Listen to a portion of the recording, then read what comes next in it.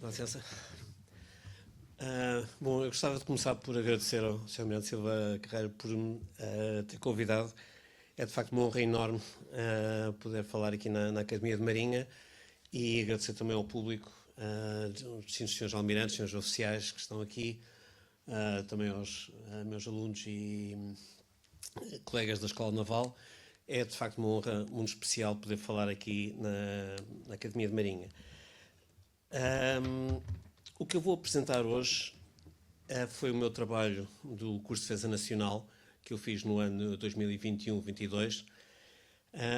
Desde então já houve algumas alterações e, portanto, já é uma versão um bocadinho atualizada. Eu normalmente escrevo sempre sobre questões técnicas, portanto, machine learning, robótica, etc. E no curso de Defesa Nacional tinha que fazer tinha escolhido outro tema. E, portanto, escolhi como tema a Escola Naval. E porquê? Bom, porque nos últimos 36 anos tenho estado na Escola Naval, também agradeço a presença dos meus anteriores comandantes que aqui estão presentes, que foi uma grande honra, e todos nós temos uma ligação especial à Escola Naval, por uma razão ou por outra, quase todos fomos alunos lá, se não todos mesmo, e temos uma ligação forte. É de facto a alma mater de todos os oficiais de Marinha e todos nós sabemos exatamente o que é que a Escola Naval é e todos nós sabemos exatamente o que é preciso para o futuro da Escola Naval. Portanto, seria um tema bastante pacífico. O problema é que em cada dois oficiais há três opiniões diferentes sobre o que é que a Escola Naval devia ser. E de facto, como o Sr. Almirante Silva Carreira estava a dizer, desde que eu entrei nas portas da Escola Naval pela primeira vez em 89, sempre se esteve a discutir reformas e contra-reformas e, aliás, alguns dos seus almirantes que estão aqui presidiram algumas dessas reformas e sempre se discutiu. Discutiu-se se devia ser universitário ou não. Discutiu-se se devia ser politécnico ou não. Discutiu-se se devia ser técnico profissional. E, como podem imaginar, eu tenho a minha opinião, mas um dos comandantes que marcou o mundo, não está aqui hoje, o Almirante Germano, defendia energicamente que devia ser técnico profissional e, portanto, a Escola Naval não tinha nada que ser universitária e eu segui-o até ao fim do mundo. Portanto, uma das vantagens daqui da Academia é que podemos ter todas as nossas opiniões e depois, no fim, fazemos aquilo que é preciso fazer. Mas estas é das discussões permanentes. O professor Adriano Moreira, quando foi encarregue de fazer a UFA, disse que o que as Forças Armadas precisavam era politécnico e rapidamente acabou-se a ideia da UFA e esperamos uma série de anos até o IUM.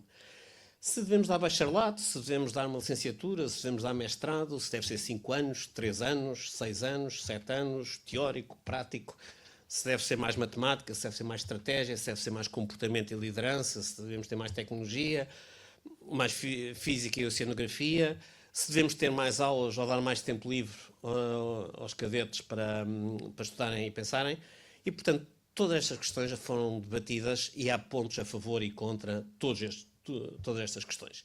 E, de facto, digamos, não há um consenso e tende a haver opiniões muito apaixonadas para cada uma destas coisas. E eu penso que aqui a Academia de Marinha é o sítio ideal para podermos com calma discutir isto. Porquê? Porque em cima destas dúvidas todas acaba por haver uma decisão que passa por cima disto tudo, que é, ok, o prestígio social e os vencimentos nós temos que ter o mesmo que têm os advogados e os professores e os juízes, isso tudo, e o consenso é, pensem lá o que quiserem, mas no fim tem que ser universitário e mestrado. Porquê? Porque é onde começam as carreiras nobres da função pública, portanto, a carreira judicial e a carreira académica, e, portanto, muitas vezes isto é imposto. Claro que com modas e contramodas, e já andamos para a frente, para trás, para o lado, e como digo, eu primeiramente como jovem oficial, depois como jovem assistente, fui acompanhando estas reformas todas e as visões muito apaixonadas. E a última que tivemos, eu penso que é consensual, que não é para durar, okay? Tem problemas sérios, como veremos mais à frente. Mas convém pensar nisto calmamente e com cabeça, tronco e membros. E, portanto, este é o sítio ideal para o fazermos. Como é que chegamos aqui? Porquê é que o ensino militar, neste momento, é universitário em quase todo o mundo? Porquê? É necessário, não é necessário? O que é que nós devemos ensinar como formação inicial? Qual deve ser o currículo para formar um oficial de marinha para daqui a 20 anos? Né? E nós não sabemos o que é que vai acontecer daqui a 20 anos. Depois, outra coisa que as pessoas não se dão conta é que não somos o único país que forma oficiais de marinha. Portanto, há escolas para formar oficiais de marinha em todo o mundo e muitas vezes não damos atenção suficiente a conhecer essas escolas. Isso é uma coisa que eu tenho feito desde que entrei para a marinha, é sempre que consigo visitar escolas militares, quer de marinha, quer de outros ramos. Às vezes oficialmente, outras vezes simplesmente chegando à porta, batendo e dizendo bom dia, eu sou o Vítor Lobo e gostava de visitar a escola. Bom, e depois finalmente, sendo engenheiro, no meu trabalho do IDN, eu achava que um engenheiro tem que fazer sempre alguma coisa de novo e, portanto, tem que propor alguma coisa de novo. Infelizmente, a minha proposta não é inteiramente minha. Infelizmente, não, felizmente. Tem contributos de muitos camaradas que ao longo do tempo foram falando comigo, mas é uma tentativa de melhorar baseado naquilo que nós já sabemos. Bom, como é que chegamos aqui?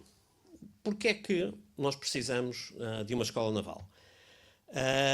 É lema do IUME, uma frase do canto quinto dos Lusíadas, que é não houve forte capitão que não fosse também douto e ciente. De facto, isso neste momento é o motto do Instituto Universitário Militar e sempre foi verdade. Portanto, desde a antiguidade greco-romana que a formação dos futuros generais foi muito cuidada.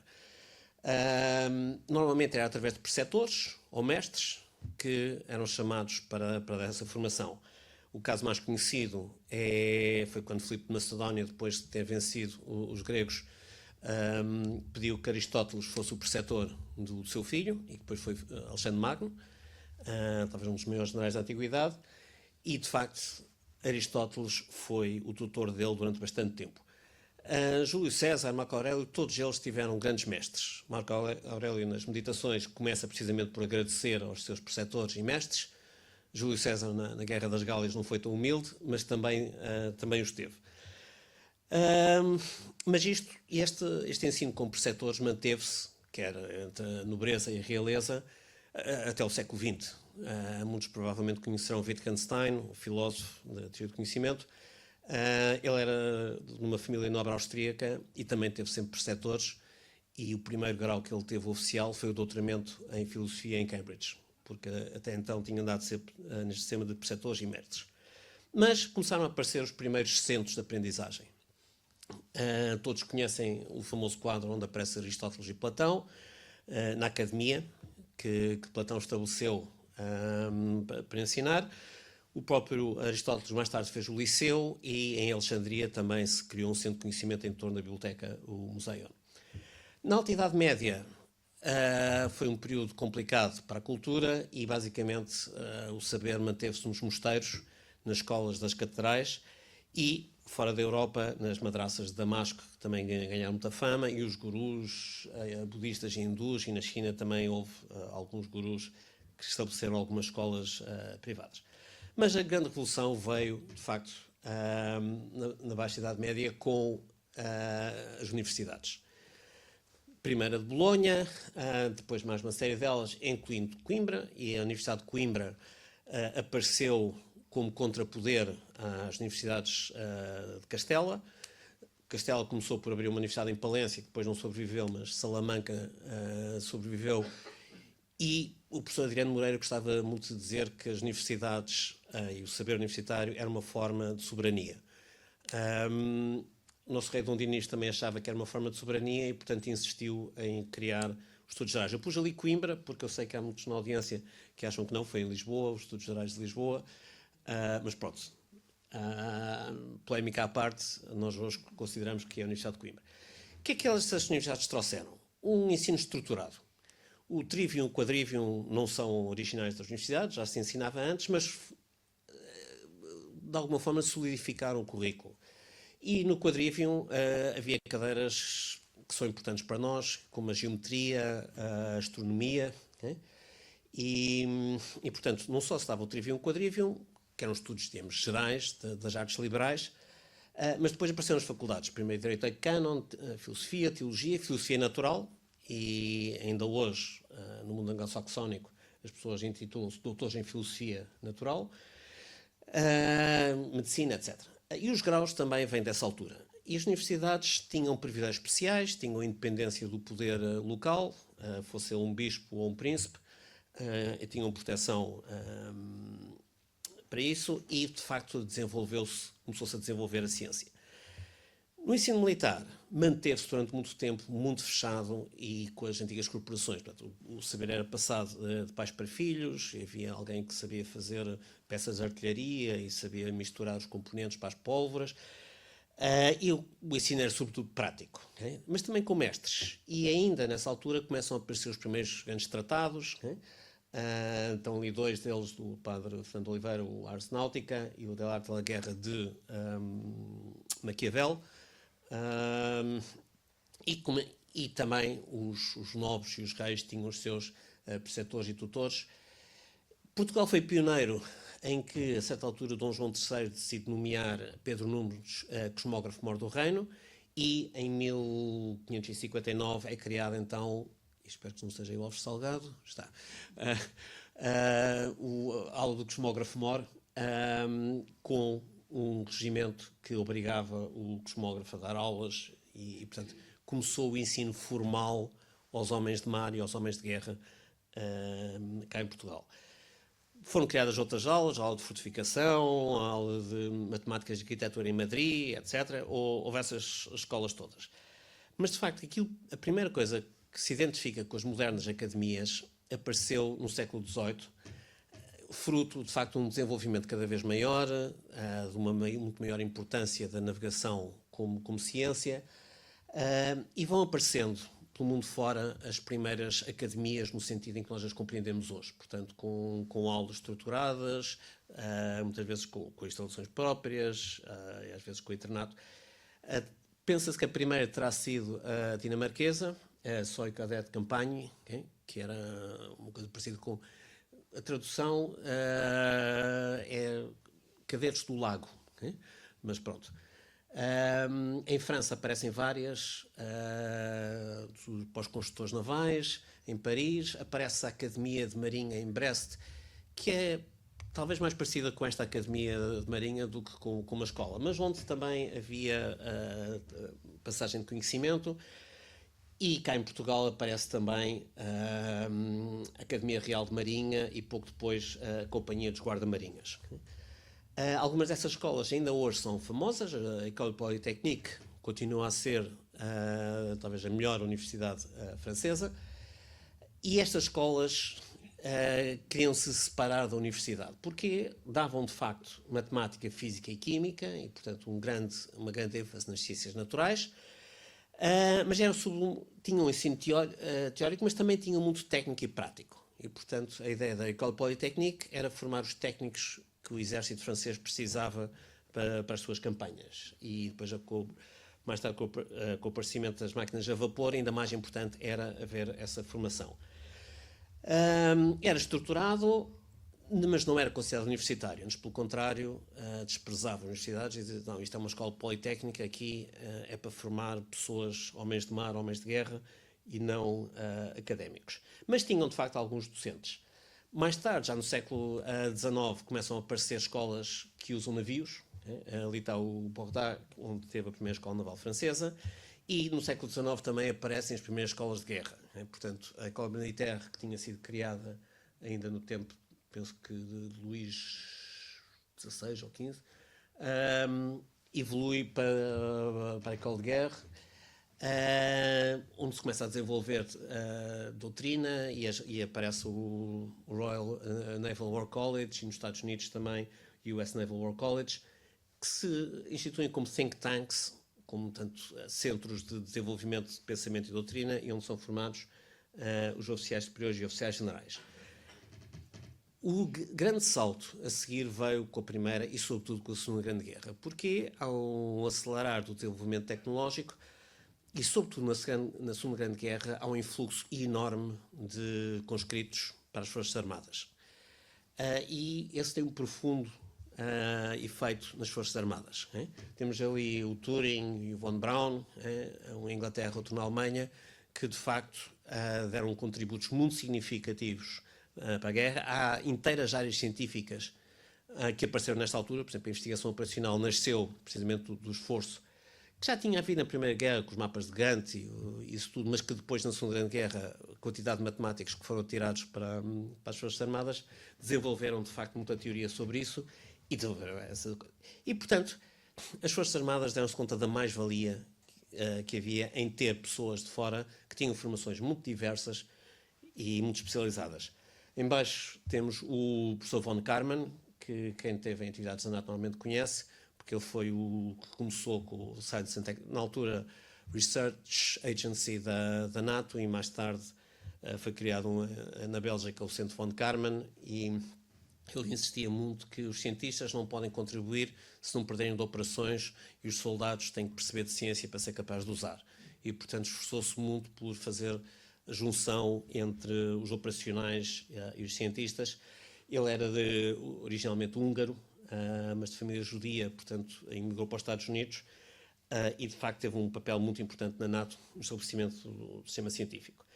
Bom, e, de facto, os sistemas começam a ser cada vez mais complexos. Okay?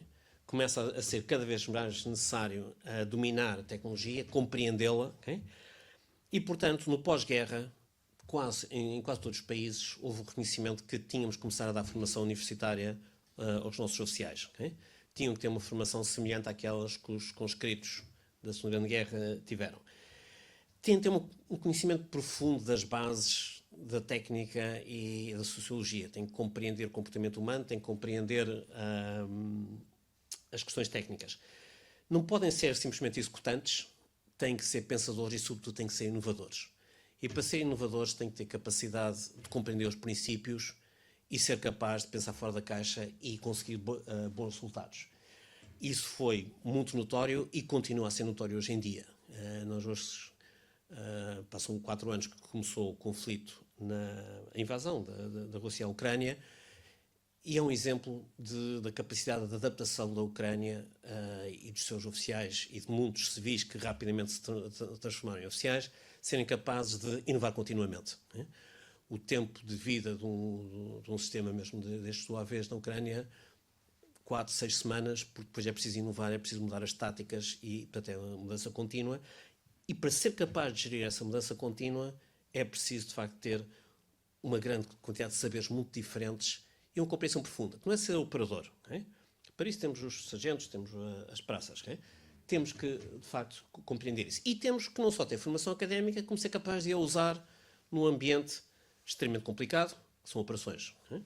E, portanto, não podemos descurar a formação militar, temos que a ter. As pessoas têm que ser capazes de reagir com stress, têm que ter os valores de disciplina, que são os valores que nós temos na Marinha. Isto foi tirado do site da Marinha. E outra coisa que aconteceu no pós-guerra foi a consciencialização da importância da formação ao longo da vida. Okay? E de formalizar essa formação ao longo da vida. Portanto, neste momento, está aqui um diagrama que de alguma forma sintetiza o que é que se passa no mundo inteiro quanto à formação.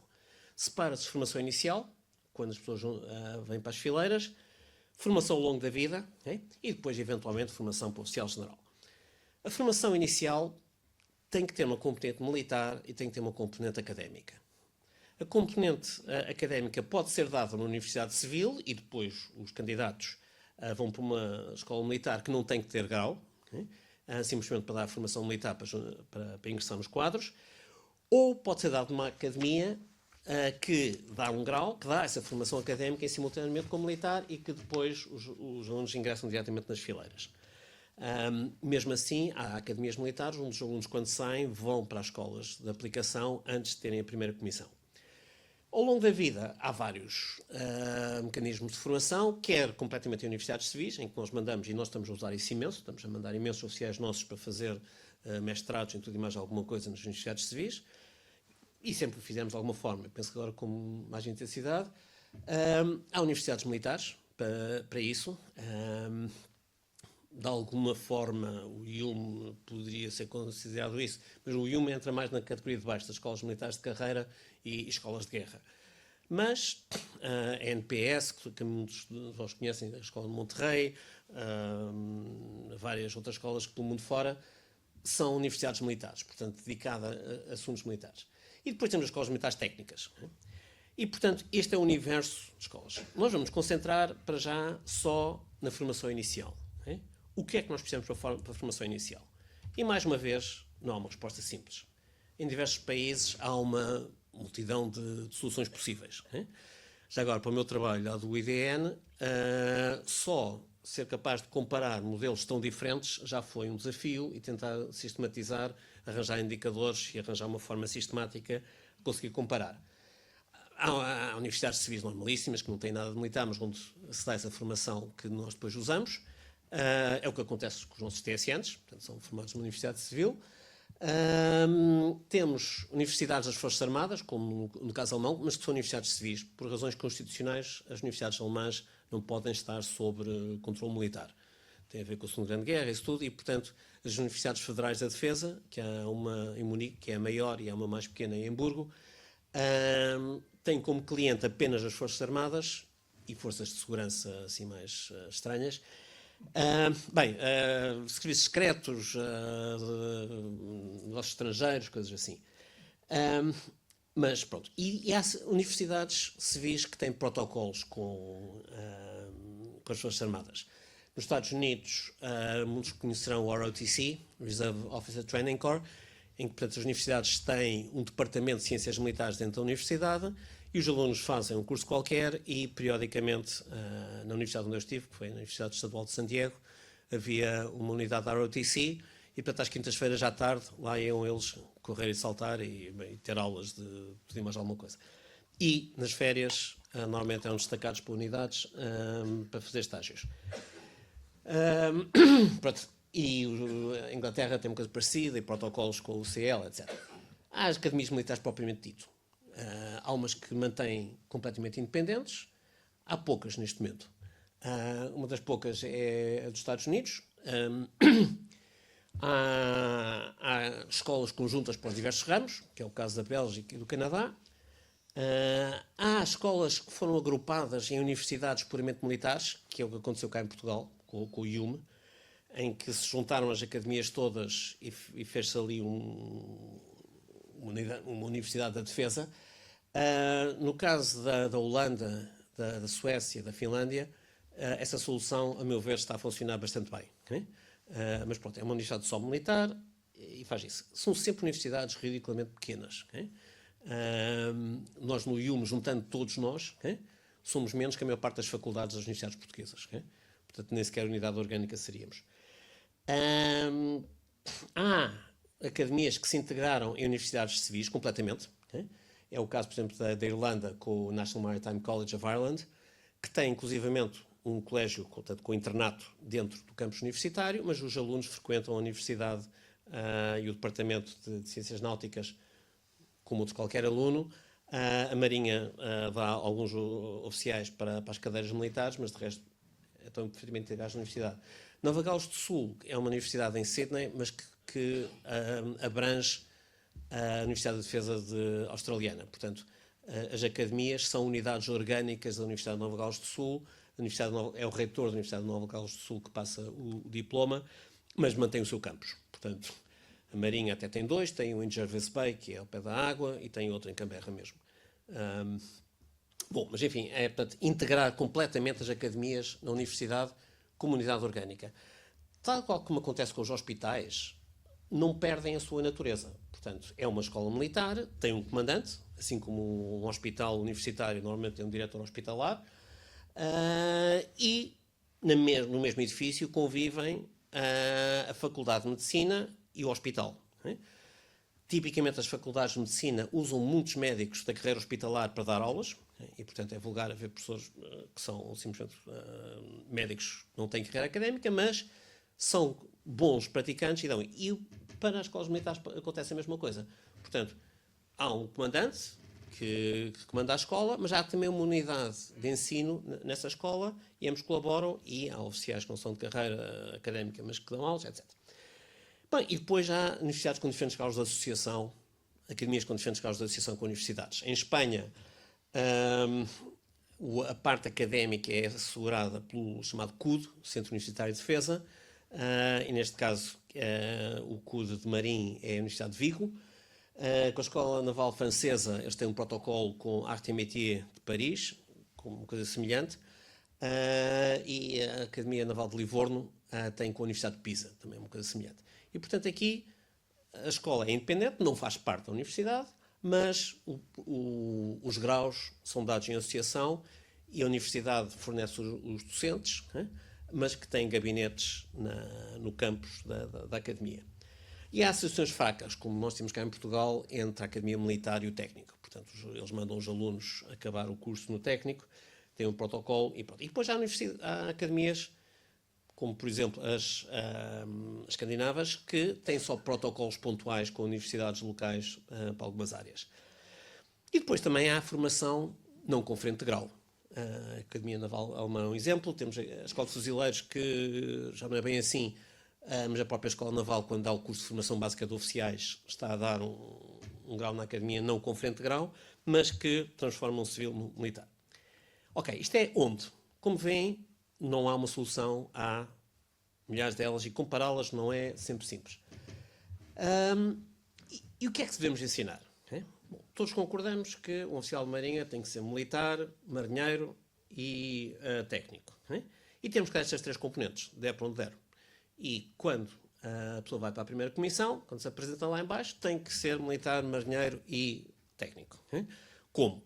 Bom, é preciso conjugar isto de alguma forma. Pode ser separado, pode ser em conjunto, pode ser dentro, pode ser fora, mas como militar tem que ser capaz de trabalhar num ambiente caótico, tem que estar adaptado à vida do mar, tem que compreender a tecnologia e o meio agreste onde desenvolve operações. E tipicamente, eu no meu estudo dividi as áreas científicas naquelas. Matemática e computação, que de facto é a base da maior parte das áreas científicas, onde se inclui o que a Marinha precisa, e que dá sobretudo uma estruturação para pensar nos problemas, para os analisar. A parte das ciências naturais, nós trabalhamos na interface entre dois fluidos, e portanto temos que compreender a física, a química, e dentro da física, a meteorologia, a oceanografia, e portanto temos que compreender a máquina, o navio, a tecnologia e o meio onde opera. E precisamos das ciências naturais. Precisamos de ciências sociais e humanas porque precisamos de liderar homens, precisamos de conhecer porque é que estamos lá, e ter uma identidade cultural que permita aguentar situações menos agradáveis. Precisamos de ciências náuticas, para saber de marinharia, saber de navegação. De engenharias, é fundamental ter bons conhecimentos, quer em eletrotecnia, quer em mecânica. Outras ciências militares, que inclui tática, comunicações, segurança da informação, etc. E depois logística, gestão e economia. Mas em todas estas coisas, o que nós precisamos é ter um conhecimento de base. Porque, passado 20 anos, a tecnologia vai ser diferente, muitas dessas coisas vão ser diferentes. O que é que se mantém? As bases. E, portanto, é aí que temos que investir. Portanto, a formação militar, penso que é consensual para todos. A única questão é se damos separado ou em conjunto com a formação académica. Sendo a formação militar, sobretudo comportamental, é uma coisa que pode-se dar em aulas, mas não é para dar em aulas. É para dar em embarques, em exercícios, com palestras no internato. O exemplo diário dos instrutores. Para mim a referência é sempre o Sargento Talhadas, que era o exemplo do que é que deve ser um militar. E isso não é para aulas, isso é o que temos no internato. Se conseguimos destacar isso e dar isso ao mesmo tempo que a formação académica, melhor, porque temos mais tempo para fazer isso. Já agora, muitas vezes discute-se voltar aos preparatórios. Eu penso que já não há ninguém nesta sala que seja do tempo dos preparatórios, mas porque é que isso não está em cima da mesa? Dizem os nossos psicólogos e peritos em comportamento organizacional que para moldar o caráter dos jovens, quanto mais cedo melhor, e portanto nós queremos recebê-los quando eles têm 18 anos, quando ainda podemos incutir neles um modo de estar diferente, e portanto se tivéssemos os preparatórios antes seria mau. Portanto, queremos que eles venham jovens e fazer isso. E depois, o que é preciso daqui a 20 anos? Bom, e aqui nesta sala todos podemos ter uma opinião, mas ninguém sabe o que é que nós vamos precisar daqui a 20 anos dos oficiais de marinha. E, portanto, muitas vezes caracteriza-se o mundo como sendo VUCA, que é volátil, incerto, complexo e ambíguo. E, portanto, no meio desta confusão toda, o que é que podemos fazer? Back to basics. A matemática não muda, a física não muda, e, portanto, nós temos que dar, na Escola Naval, conhecimento de base. Alguém estava a falar do aumento recover do projeto nuclear americano, que dizia, se tiverem mais, têm-lhes matemática e física, para que isso nunca fez mal a ninguém, e quando vierem cá para baixo eu dou-lhes o resto. Mas no ambiente VUCA, a única coisa que vai sobreviver é essa ciência de base e depois a atitude. A atitude de ser capaz de estudar e de adaptar. E eu voltava a lembrar os 4 anos da guerra que estamos a ter na Ucrânia, que isso é que tem marcado a diferença. Ninguém acreditava que os ucranianos se aguentassem, mas a capacidade deles de estudar e adaptar-se tem sido absolutamente admirável. E, portanto, temos que conhecer o mundo que nos rodeia. Bom, e conhecer o mundo que nos rodeia, vale a pena olhar para fora. Portanto, a primeira coisa é um estado de arte, o que é que se está a passar no resto do mundo. Como já vimos, o mais notório é a variedade. Não há 2 países iguais, todos são adaptados à sua realidade, todos têm razões históricas para ser como são. Em alguns sítios tem havido grandes mudanças, mas em todos eles isto é um moving target. Está sempre a mudar.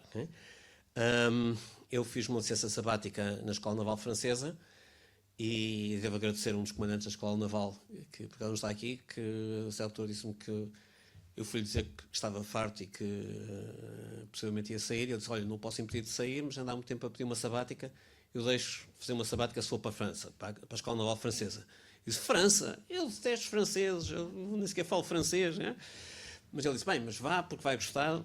E pronto. E de facto a vantagem da obediência é que eu fui e mudou de facto a minha perspectiva, mudou completamente a minha carreira e neste momento sou um fã de França e a primeira coisa que faço quando dizem que os franceses só perdem guerras e são terráqueos é um slide com todas as vitórias da Marinha Francesa sobre a Royal Navy e o dispositivo naval que sai todos os meses no Col Bleu, que é esta revista que eles mandam para aí. Bom, mas portanto, há uma grande variedade, há grandes mudanças, mas está sempre a mudar, está sempre tudo a mudar. E também há muitas vias para acesso oficial. Eu neste estudo concentrei-me para os chamados oficiais de linha. Portanto, aquilo que cá em Portugal são oriundos de Escola Naval classe de Marinha. Okay? Não é assim em todo o lado, mas pronto, para a veia principal dos oficiais. E, de facto, há universidades civis, sem qualquer participação das Forças Armadas, há universidades civis onde há algum patrocínio das Forças Armadas, completamente ou em parte. Né? Há escolas que são militares mesmo e escolas técnico-profissionais. Ora bem, um modelo, muitas vezes para nós, é a Royal Navy, né? por várias razões. A Royal Navy teve uma escola naval parecida com a nossa em Greenwich, okay? Mas basicamente nos anos 70 começou a diminuir e em 98, salvo erro, fechou completamente. E portanto neste momento o ensino na Royal Navy é simplesmente formação militar naval, dada em Dartmouth. As pessoas fazem uma licenciatura onde quiserem, em várias áreas, e depois então candidatam-se à Marinha.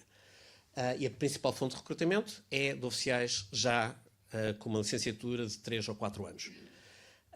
Não é requisito ter uma licenciatura, portanto a Royal Navy continua a aceitar como oficiais pessoas que não têm um grau superior, mas claro que isso depois tem influência na carreira e muitas vezes mais tarde fazem isso.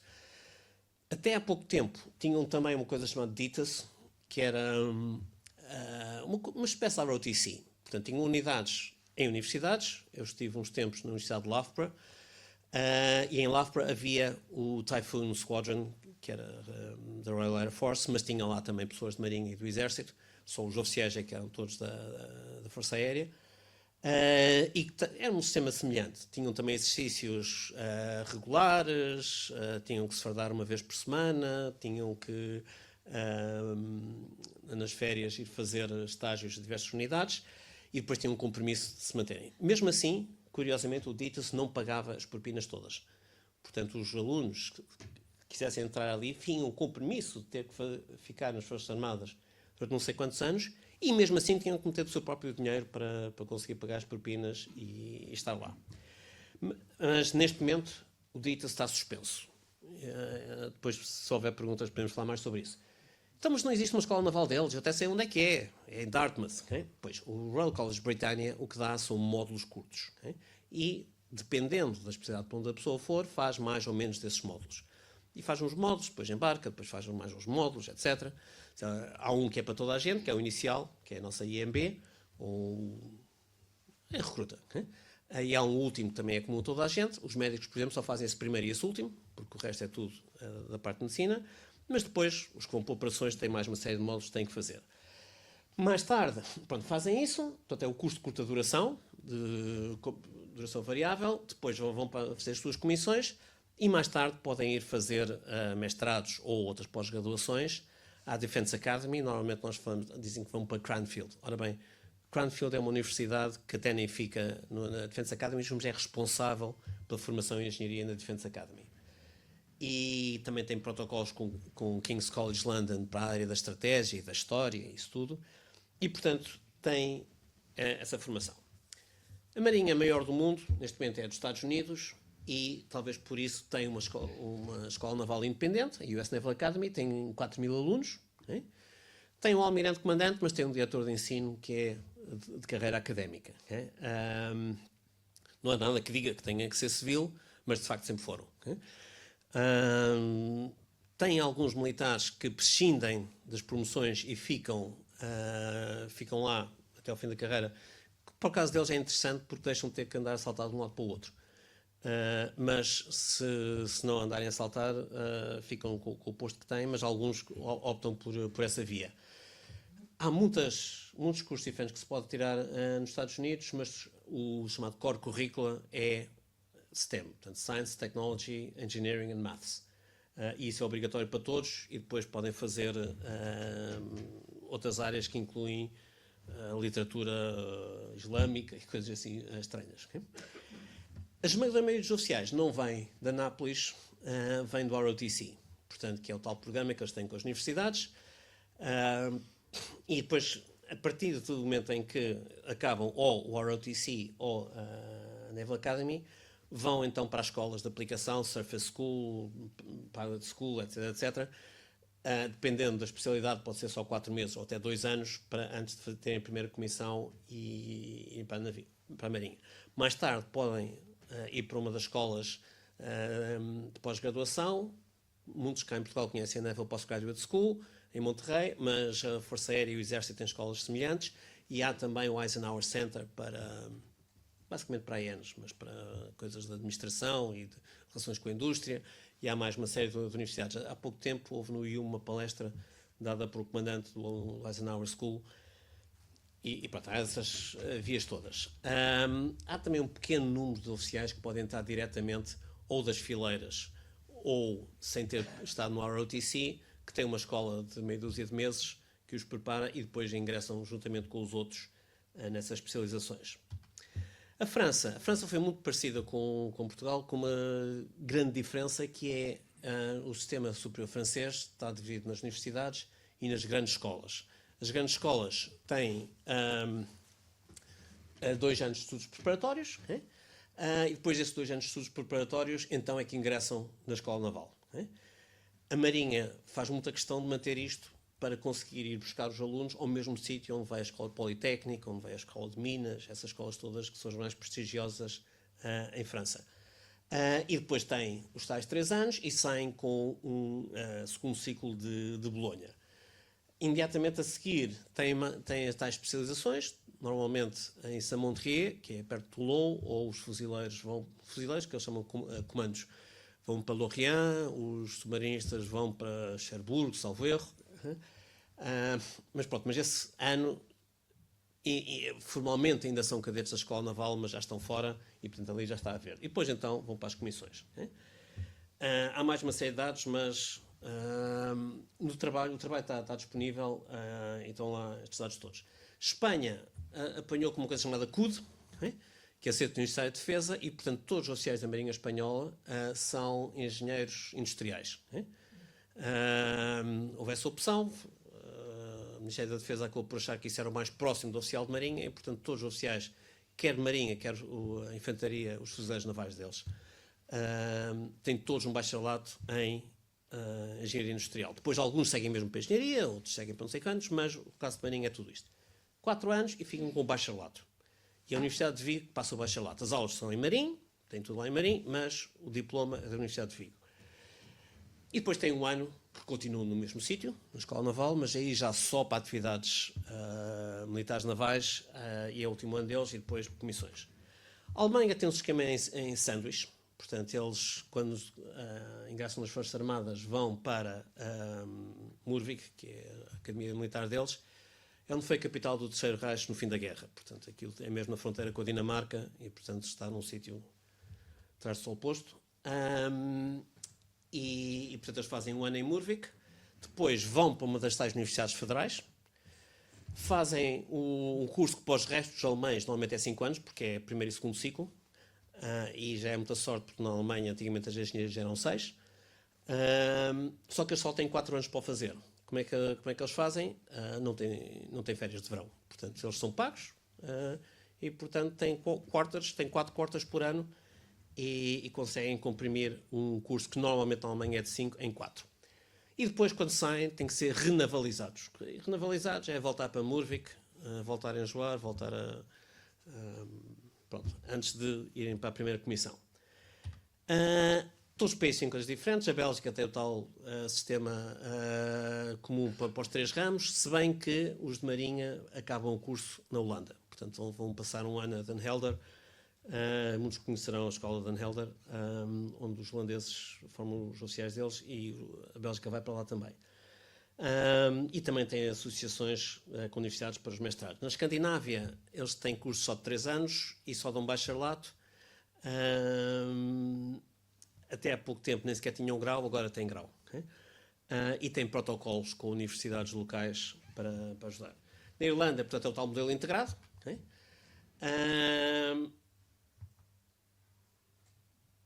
Eu aqui saltei. Itália. Pronto, a Itália, tal história do protocolo com Livorno, com a Universidade de Pisa. Os cursos têm 5, 6 ou 7 anos. Uma coisa que se verifica é quando o país tenta que a formação militar seja de alguma forma equivalente à civil, normalmente tem um ano a mais. Porquê? Bom, porque para além das coisas da formação académica, temos tal formação militar toda que temos que dar aos alunos também, e, portanto, digamos, é difícil meter o recio na petesga. Portanto, se queremos dar, e temos que dar, a liderança, a marinharia, a Ordem Unida, tudo e mais alguma coisa, e se queremos ter a tal competente profissional dos embarques de fim de semana, das viagens de instrução, temos que ter mais tempo, e por isso é que estas durações normalmente são sempre maiores que as durações civis. A Bélgica, a Austrália, okay, é onde, portanto, eles integraram aquilo na Universidade de Nova Gales do Sul. Os cadetes, alguns deles nunca chegam a ir a Sydney, okay, porque dependendo do curso que estão a fazer, podem fazer tudo entre Canberra e Jervis Bay. E os cursos têm 3 e 4 anos. A Polónia, a Roménia e a Bulgária são casos interessantes, muito semelhantes entre si, porque eram escolas enormes, com muito prestígio, e a Universidade Técnica de Varsóvia, onde eu, por acaso, também colaboro, tinha muitos alunos. A Universidade Técnica de Varsóvia tinha para os 3 ramos. E com a queda do Muro de Berlim, com o fim do sistema soviético lá, o que elas fizeram foi abrir-se aos civis. E, portanto, a Gdynia, quando eu estive lá, que já foi há uns anos, tinha só 400 cadetes militares e tinha cerca de 6.000 alunos. Okay? Portanto, a esmagadora maioria eram civis. Okay? Ainda por cima, em Gdynia, para além da escola militar, há também a Universidade Civil.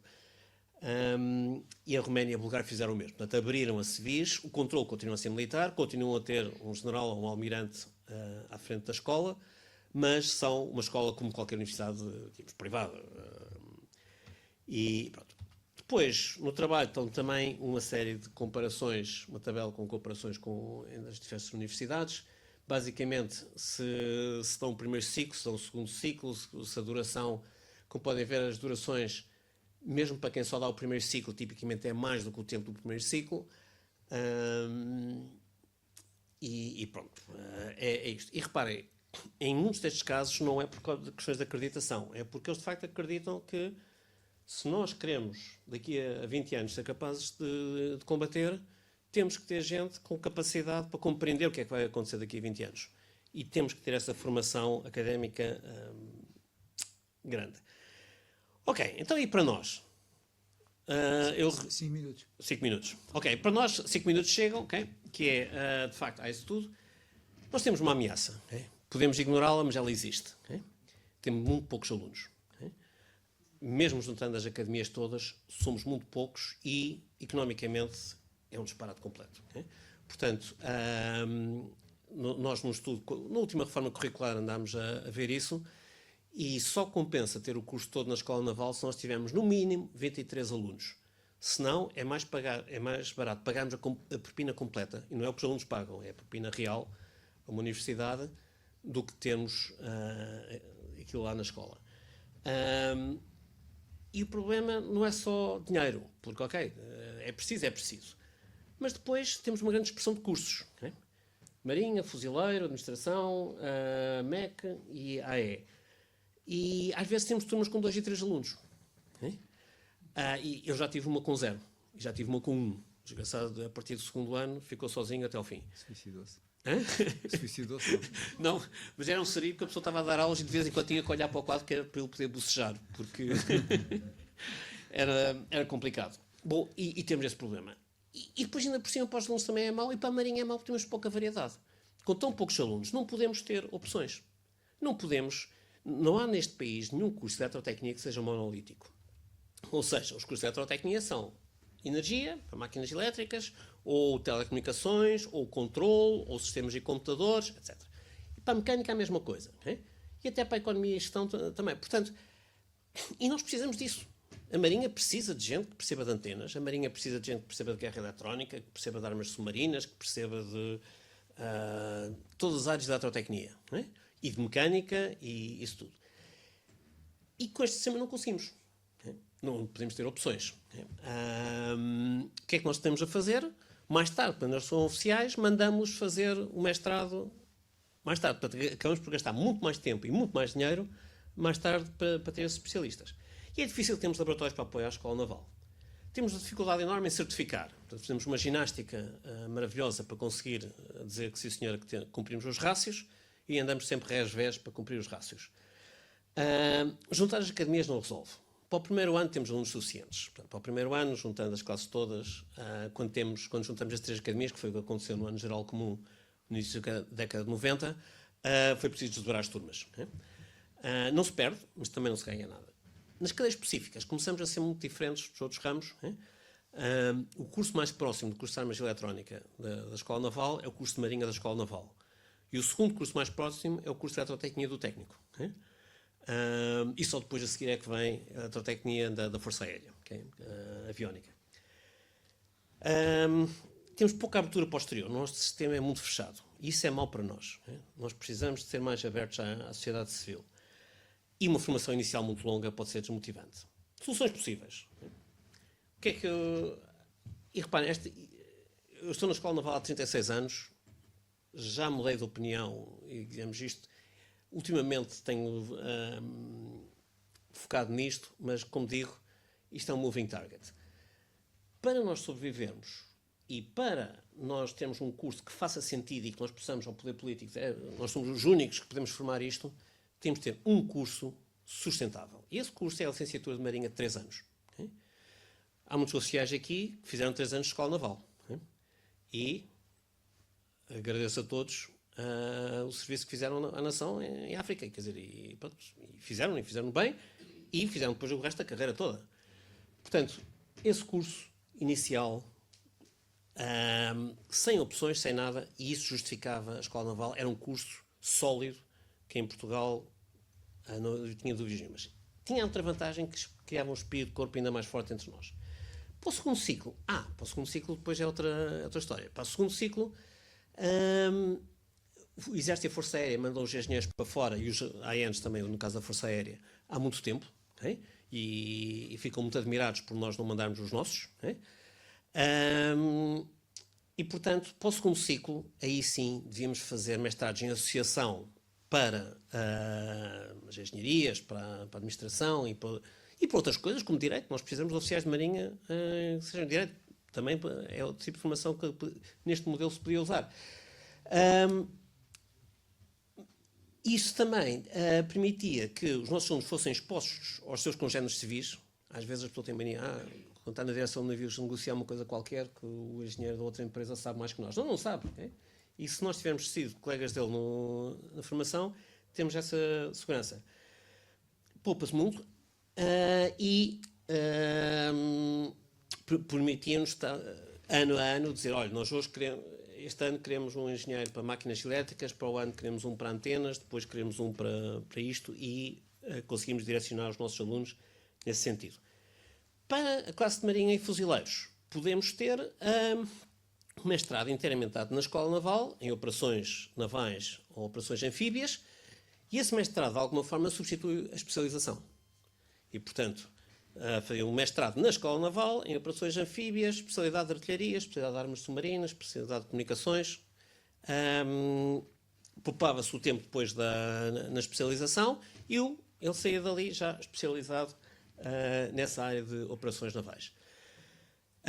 Há outra ideia, mas que essa eu meto ali em último lugar, mas não quero deixar de dizer que uma boa solução era a de integração numa universidade civil pura e simples.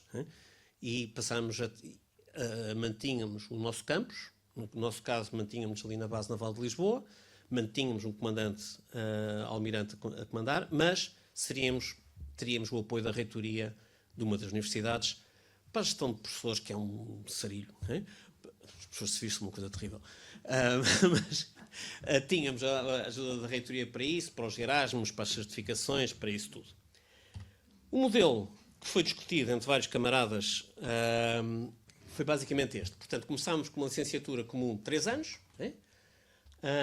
Todos faziam essa licenciatura. Passado isso, iam fazer o estágio de tirocínio de embarque 6 meses, e nesses 6 meses iam iam às escolas práticas, a Etna e isso tudo, e faziam a primeira comissão embarcado.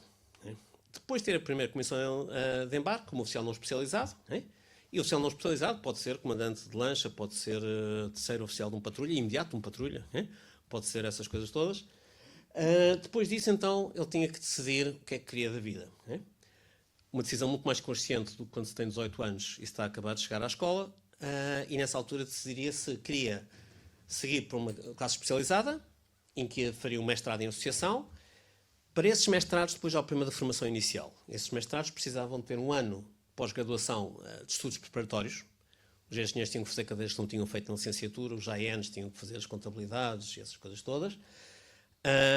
Isso dávamos nós na Escola Naval, e era mais uma pós-graduação, mais um papel que ele tinha, e depois então ingressava no mestrado em associação com a Universidade de Fora.